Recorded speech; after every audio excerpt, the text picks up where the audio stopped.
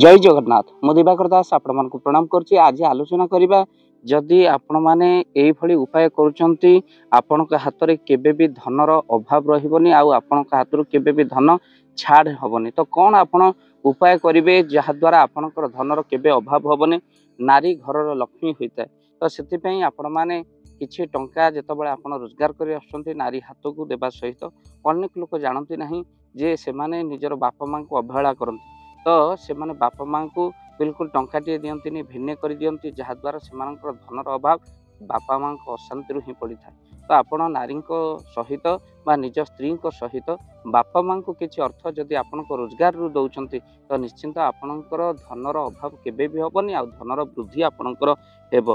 आउ बाकी रहिला स्त्री स्त्री हाथ को धन देवार कारण आपण जानिचंती पुरुष होउचंती शुक्र प्रधान जे शुक्रंकर कार्य होउची कोन बुलाबुली करवा वयस आराम रे बंचिबा आ कुआडे परिभ्रमण करवा ये सब जिनिस पुरुष मानक भितर थाए। खर्च हम तो सांघातिक परिमाण रे आय अपेक्षा व्यय बहु परिमाण रे बढ़ी जीवो।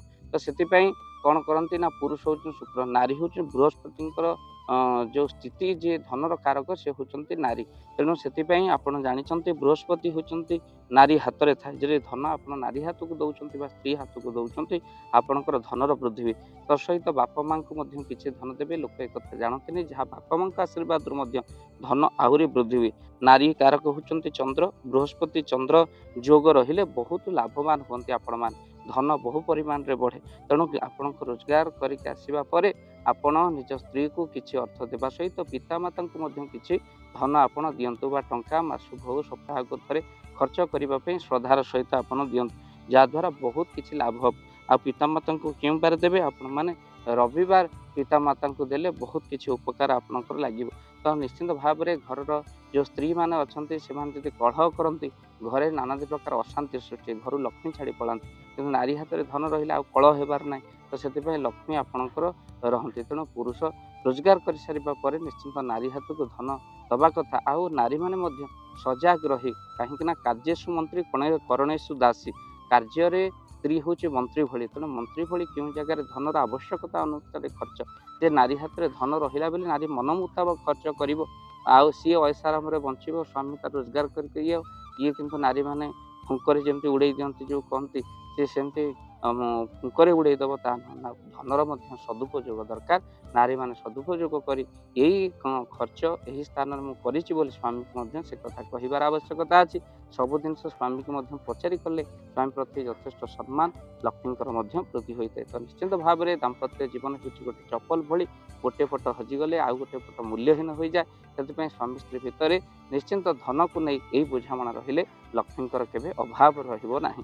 तो से निज स्त्री सहित घरर बाप आपण माने परिवार किछि बापा मां सहित कुनि कुनि पिला मानकु मझे मझे चॉकलेट दबा मझे मझे तांको पई किछि वस्त्र नहीं आसीबा घरर कुनि पिला मानकु यहा द्वारा मध्य धनर अभाव रहे नाही। तो सेति पई आपण बहुत जेते कंजूस हेबे सेते धन आपणकर कोन ना संचय होकर रही मूल्यहीन हो बाहर दुनिया भितर आपण को समस्त नजर आपन छोट हो।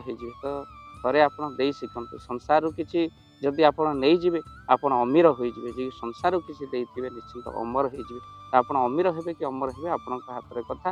निश्चिंत वीडियो को शेयर करूँ हे तो किसी मनुष्य परिवर्तन हे छोटिया वीडियो टी देखिले लिंक को शेयर करूँ। चैनल रे जदि नुआ चैनल को निश्चिंत भाव में सब्सक्राइब करूँ आपण मैंने जदि भाव दिवाकर चैनल रे नुआ तो निश्चिंत भाव में आपण ये वीडियो को शेयर करेंगे। जय जगन्नाथ जय श्री राम।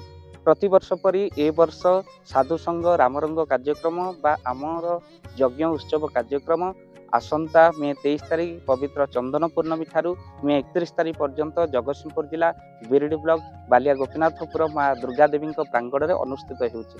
तो आपण को सादर निमंत्रण सहित आपणकर अर्घ्य राशि बा यज्ञ निमंते आपण से गुंडुची भूषा भली दान प्रदान करें। स्क्रीन रे चलता नंबर रे आपण कॉल करंतु आमे देबु आपण को फोन पे नंबर आ से नंबर रे आपण यज्ञ अनुष्ठान को आपणकर जदि दान पठेबा पई चाहुचंती तो आपण निश्चिंत भाव में पठेई पारिबे। तो आपणकर सेई गुंडुची मूषा भली दान यज्ञ कार्यक्रम रे बा प्रति वर्ष परी साधु संघ रामरंग ନବଦିନାତ୍ମକ ରାମ କଥାରେ ଲାଗିବ। ତ ଆପଣମାନେ ନିଶ୍ଚିନ୍ତ ଭାବରେ ଦାନ ପଠାନ୍ତୁ, କାହିଁକିନା ଏ ଦାନ ଆପଣଙ୍କର ମହତ୍ ଦାନ ହେବ।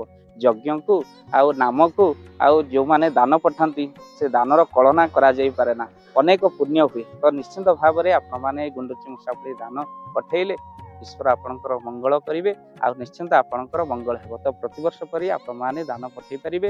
ସ୍କ୍ରିନ୍ରେ ଚାଲିଥିବା ନମ୍ବରରେ ଆପଣ କଲ୍ କରନ୍ତୁ ଆଉ ଆପଣମାନଙ୍କର ସେ ଦାନ ରାଶିକୁ ପଠାନ୍ତୁ, ଯାହା ମହତ କାର୍ଯ୍ୟରେ ଲାଗିବ। ସତରେ ଧନ ଅର୍ଜନ ଧର୍ମ କରି ଧର୍ମେ ପ୍ରାପତ ନରହରି। ତ ନିଶ୍ଚିନ୍ତ ଭାବରେ ଆପଣମାନେ ଦାନ ପଠାଇବା ପାଇଁ ଏବେ କଲ୍ କରନ୍ତୁ। ଜୟ ଜଗନ୍ନାଥ, ଜୟ ପଞ୍ଚେଶ୍ୱର।